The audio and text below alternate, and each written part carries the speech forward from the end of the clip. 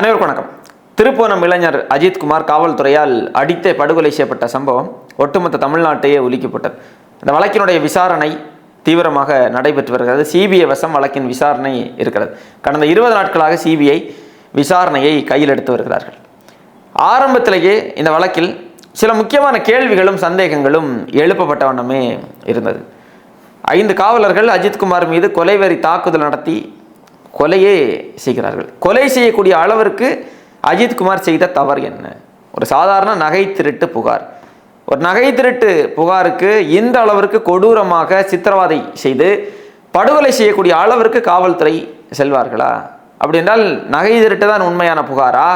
அதுதான் காரணமா? இல்லை வேறு ஏதாவது காரணங்கள் இருக்கிறதா என்கிற சந்தேகங்கள் ஒரு புறம். இன்னொரு புறம் நிகிதா என்கிற நபர், நிகிதா மீது பல விமர்சனங்களும் குற்றச்சாட்டுகளும் தொடர்ந்து வைக்கப்பட்ட வண்ணமே இருந்தது.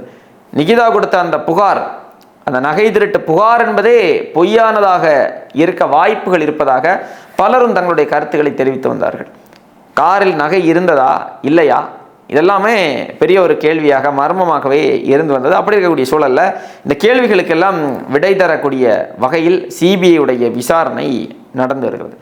சிபிஐ விசாரணையில் வெளிவந்திருக்கக்கூடிய மிக முக்கியமான தகவல் என்ன அப்படின்னா, சிபிஐ விசாரணையை நிகிதா எதிர்கொள்ள திணறி இருக்கிறார். முன்னுக்கு பின் முரணான செய்திகளையும் தகவல்களையும் சிபிஐயிடம் தெரிவித்திருக்கிறார். நிகிதா திணறி இருக்கிறார். பதில் சொல்ல முடியாமல் திணறி இருக்கிறார். ஏன் திணற வேண்டும்? எதற்காக திணற வேண்டும்? நிகிதா உண்மையிலேயே ஒரு நேர்மையான ஒரு நபர், உண்மையான நபர். நிகிதா கொடுத்த புகார் உண்மையான புகார் என்றால் நிகிதா ஏன் திணற வேண்டும்? சிபிஐ என்ன சந்தேகத்தை எழுப்புறாங்க அப்படின்னா, நிகிதாவுடைய அந்த புகார் மீதே சந்தேகத்தை எழுப்புகிறார்கள். உண்மையிலேயே நகை திருட்டு போனதா இல்லையா என்பதே பெரிய ஒரு சந்தேகமாக கேள்விக்குறியாக இருப்பதாக சிபிஐ சொல்கிறார்கள். நிகிதா என்ன சொன்னாங்க?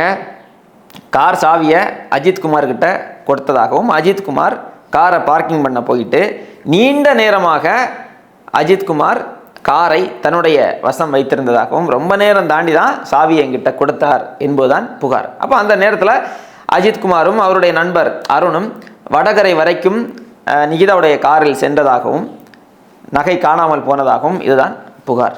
ஆனால் இப்போது வந்திருக்கக்கூடிய தகவல் என்ன அப்படின்னா, கார் சாவியை வாங்கிய 2 நிமிடத்தில் அஜித்குமார் நிகிதாவிடம் கார் சாவியை ஒப்படைத்திருக்கிறார்.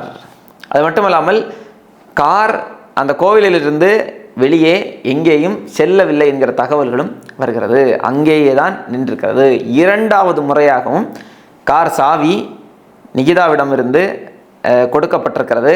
அஜித்குமார் அந்த கார் சாவியை மறுபடியும் பார்க்கிங்கிலிருந்து காரை எடுத்து கொண்டு வந்ததற்கு பிறகு நிகிதாவிடம் கார் சாவியை மறுபடியும் ஒப்படைத்திருக்கிறார். 2 முறை கார் சாவி கொடுக்கப்பட்டிருக்கிறது, பின்பு வாங்கப்பட்டிருக்கிறது. இந்த தகவல்கள் எல்லாம் நிகிதா ஏன் மூடி மறைத்தார்? புகாரில் ஏன் இந்த செய்திகள் எல்லாம் வரல? சிபிஐ சிசிடிவி காட்சிகளை எல்லாம் ஆய்வு செய்கிறாங்க. வடகரை பகுதியில் போய் சிசிடிவி காட்சிகள் எல்லாம் ஆய்வு செய்கிறாங்க. அங்கே நிகிதா சொன்ன அந்த காலகட்டத்தில் கார் அங்கே வருகிறதா என்று கேட்டால் இல்லை.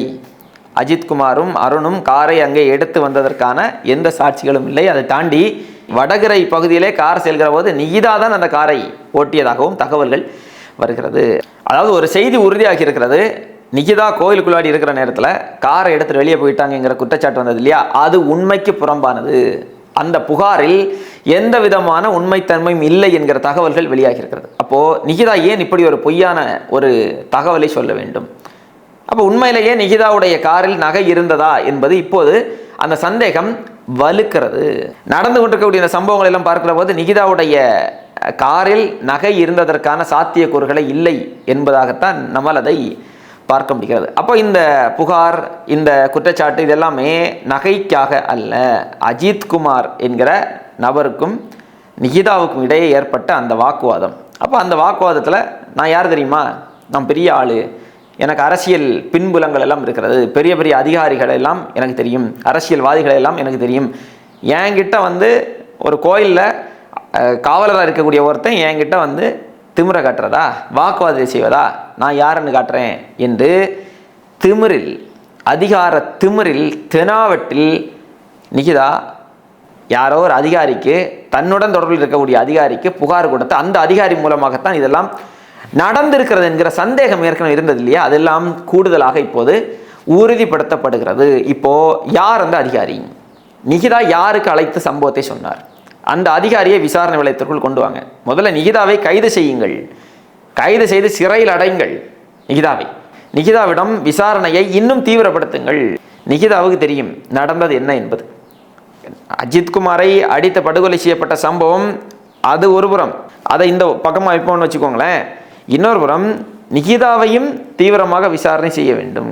ரெண்டும் வேற வேற, ரெண்டையும் ரெண்டு வழக்காக விசாரித்தால் தான் சரியா வரும் போல இருக்குது. காவலர்களுக்கான தண்டனை பெற்றுக் கொடுக்கப்பட வேண்டும், அதில் எந்த விதமான மாற்று கருத்தும் இல்லை. அந்த ஓட்டுநர் ராமச்சந்திரன் அவர் அப்ரூவராக மாறியிருப்பதாக எல்லாம் தகவல்கள் வருகிறது. அவர் ஒரு முக்கியமான ஒரு சாட்சியாக இந்த வழக்கில் இருப்பதாக எல்லாம் செய்திகள் வருகிறது. இப்போ அவர் என்ன நடந்தது என்று சொன்னாலே அந்த தாக்குதல் சம்பவத்தின் போது நடந்த செய்திகள் எல்லாம் வெளியே வரும். அதோடு விட்டுறக்கூடாது. இந்த நிகிதா தான் முக்கியமான புள்ளி. நிகிதாவிடம் நடத்தக்கூடிய விசாரணையின் மூலமாக யாரெல்லாம் அதிகாரத்தை தவறாக பயன்படுத்தினார்கள், டெல்லியில் இருக்கக்கூடிய அதிகாரி என்கிறார்கள், தலைமைச் செயலகத்தில் இருக்கக்கூடிய ஐஏஎஸ் அதிகாரி என்கிறார்கள், தெரியல. அந்த உண்மை இதுவரை வெளியே வரவில்லை. அந்த உண்மை வெளியே வர வேண்டும் என்றால் நிகிதா வாயை திறக்க வேண்டும். நிகிதாவை பாதுகாப்பதற்கு நிறைய முயற்சிகள் நடக்கும். நிகிதா வாயை திறந்தால் அண்ணா பல்கலைக்கழகத்தில் யார் அந்த சாருங்கிற கேள்வி இருந்தது இல்லையா, அந்த கேள்விக்கான பதில் இறுதி வரைக்கும் கிடைக்காமல் போனது இல்லையா, அதே போன்று இங்கே நிகிதா வாயை திறந்தால் அந்த சார் யாரு, நிகிதாவுக்கு பின்புலத்தில் இருந்த அந்த சார் யார், அத்தனையும் செய்த அந்த நபர் யார் என்பது வெளியே வந்துவிடும். ஒட்டுமொத்தமாக இவர்கள் அம்பலப்பட்டு போய் விடுவார்கள். அப்போ என்ன செய்வாங்க, நிகிதாவை பாதுகாப்பதற்கான வேலைகளை செய்வார்கள். அப்படி இல்லைன்னா நிகிதாவை பலிகட ஆக்குவதற்கான வேலைகளை செய்வார்கள். எப்படி இருந்தாலும் நிகிதாவை சுற்றி இந்த வழக்கு நிகிதாவோடு நின்று விடத்தான் போகிறது. அது இல்லை நீ இதை சிபிஐ சிறப்பான முறையில் நேர்மையோடு விசாரிக்கும் என்றால் நிகிதாவுக்கு பின்னால் இருக்கக்கூடிய நபர்கள் யார் என்கிற தகவல்கள் வெளியே வரும். ஆனால் சிபிஐயுடைய முந்தைய வரலாறுகள், அவர்கள் அணுகக்கூடிய விதம், வழக்குகளை இதெல்லாவற்றையும் பார்க்குறப்போ ஆரம்பத்தில் ரொம்ப பரபரப்பாக இருக்கும். பரபரப்பான செய்திகள் எல்லாவற்றையும் கொண்டு வருகிறார்கள். இப்போ நிகிதா குறித்து யாரும் பேசவில்லை அதிக அளவிலேயே, அவரை விசாரணை வளையத்திற்குள் கொண்டு வரவில்லை என்கிற குற்றச்சாட்டுகள் எல்லாம் ஆரம்பத்திலே நம்ம பேசணும். இப்போ சிபிஐ நிகிதாவை கஸ்டடியில் எடுத்திருக்கிறாங்க, அதில் நமக்கு மகிழ்ச்சி. அந்த அடிப்படையில் நம்ம சிபிஐ பாராட்டுகிறோம், வாழ்த்துகிறோம். ஆனால் இது நிகிதாவோடு மட்டும் நின்று போய்விடக்கூடாது. இந்த நிகிதாவுடைய விசாரணை என்பது ஒரு 10 நாள் இந்த விசாரணை நடத்திவிட்டு அப்படியே மூடி மறைத்து விட கூடாது. நிகிதா யாருடைய பின்புலத்தில் இவ்வளவு துணிச்சலாக நின்று பேசினார் என்றால், நிகிதா பத்திரிகையாளர் சந்திப்பில் பேசினது, அவருடைய ஊடகத்திற்கு அவர் சொன்ன செய்திகள், இதெல்லாவற்றையும் பார்க்கிற போது நிகிதா அவ்வளவு துணிச்சலோடு நின்று பேசினார். அப்போ அதற்கு ஏதோ ஒரு பின்புலம் இருக்கிறது. அந்த பின்புலம் எது, யார் அந்த பின்புலம் என்பது கண்டுபிடிக்கப்பட வேண்டும். சிபிஐ நேர்மையான அமைப்பாக இருந்தால் அந்த பின்புலம் எது என்பதை சிபிஐ வெளிக்கொண்டு வரும். பார்ப்போம் இந்த வழக்கில் அடுத்தடுத்து என்ன நடக்க போகிறது என்பதை பொறுத்திருந்து பார்ப்போம். அந்த நகை எங்கன்னே தெரியல, நிகிதா கூட கேட்கல, இன்னும் நகை காணவில்லை என்று புகார் கொடுத்த நிகிதா நகை இதுவரை கிடைக்கவில்லை என்று சொல்லி எங்கேயுமே அதை தொடர்ந்து பேசியதாக செய்திகள் வரல. சிபிஐட்டையாவது சொன்னீங்களா நகையை காணல, கண்டுபிடித்து தாருங்கள் என்று? இல்லாத நகையை எப்படி கண்டுபிடித்து தருவார்கள்? பார்ப்போம் அடுத்தடுத்து இந்த வழக்கில் என்னென்ன நடக்கப் போகிறது, என்னென்ன செய்திகள் வரப்போகிறது என்பதை பொறுத்திருந்து பார்ப்போம்.